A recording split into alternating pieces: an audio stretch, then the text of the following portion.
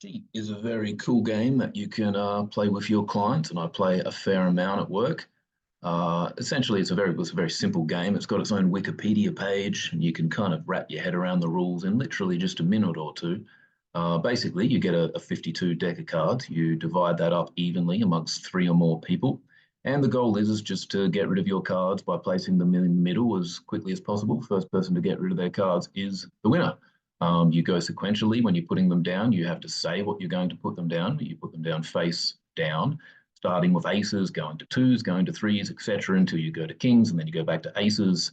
The catch is because you're putting them down face down and you're making a declaration before you put it down, and the game is cheat, you're allowed to cheat, you can actually lie about what you're putting down. Now, you might say 1-2 and then put down 1-2 face down in the middle of the deck. Then the next participant might say 3 threes, and then they place their threes in the middle of the pile.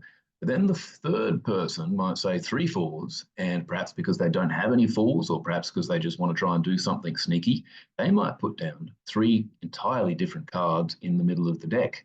Or what they might even do is they might actually try and, if they think they can get away with it, put 5 cards down to try and get rid of their cards quicker.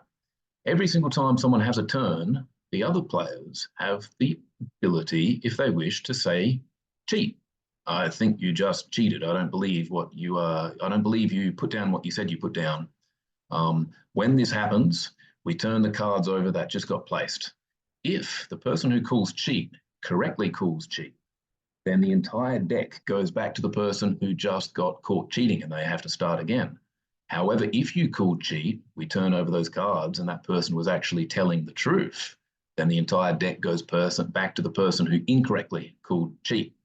So what this game is effectively about deception and about detecting deception. So to play the game well, you have to try and think about what the other player is thinking, including the fact that the other player is trying to think about what you're thinking, and also that the fact that the other player is trying to think about what you're thinking about what they're thinking. So there are just multiple layers of potential deception here, trying to anticipate what the other person's doing and whether or not they're telling the truth. This is effectively boiling down theory of mind, or perspective taking, or cognitive empathy, the ability to perceive and accurately know the contents of another person's mind.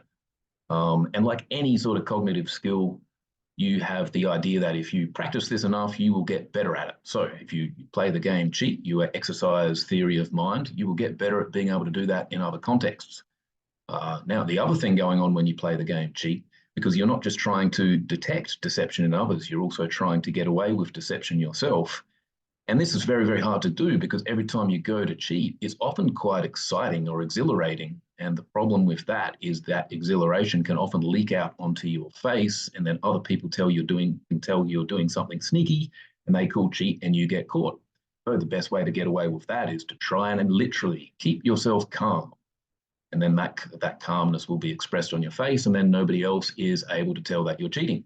And once again, you practice that in this game. Hopefully that means you'll be better able to do it in other contexts out in the real world.